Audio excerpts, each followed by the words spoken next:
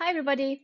Today, I'd like to talk to you about what I very often see with people who have a good level of English, but who are not quite confident in their ability to present in English.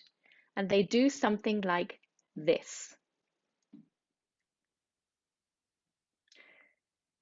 What you should be worried about when you present in English.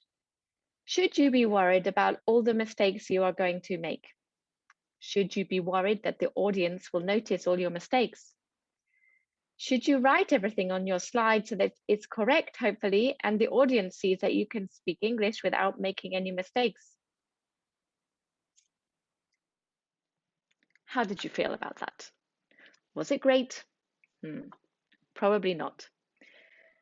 So what I very often see is people either writing everything on their slide and reading from the slide, or writing a script and then reading everything from the script. Now, why is this not good? Well, first of all, I'd like to say I understand why people do this.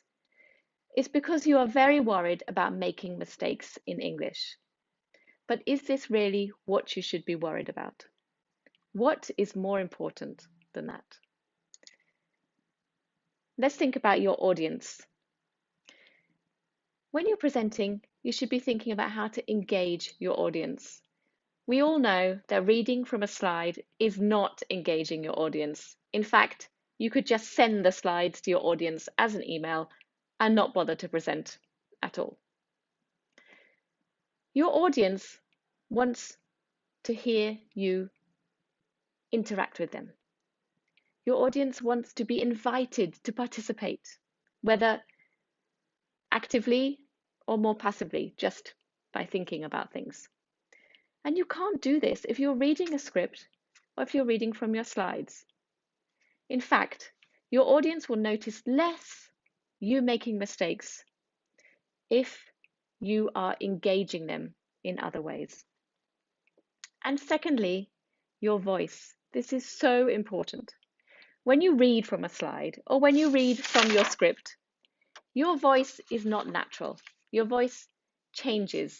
You're not using the word stress correctly. Sometimes we can't even understand what you say when you read. It's better to speak naturally and, yes, maybe make some grammatical mistakes or some mistakes in vocabulary.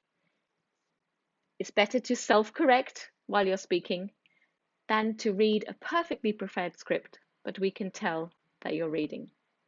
Now, some people can read a script without sounding like they're reading, but it takes a lot of practice.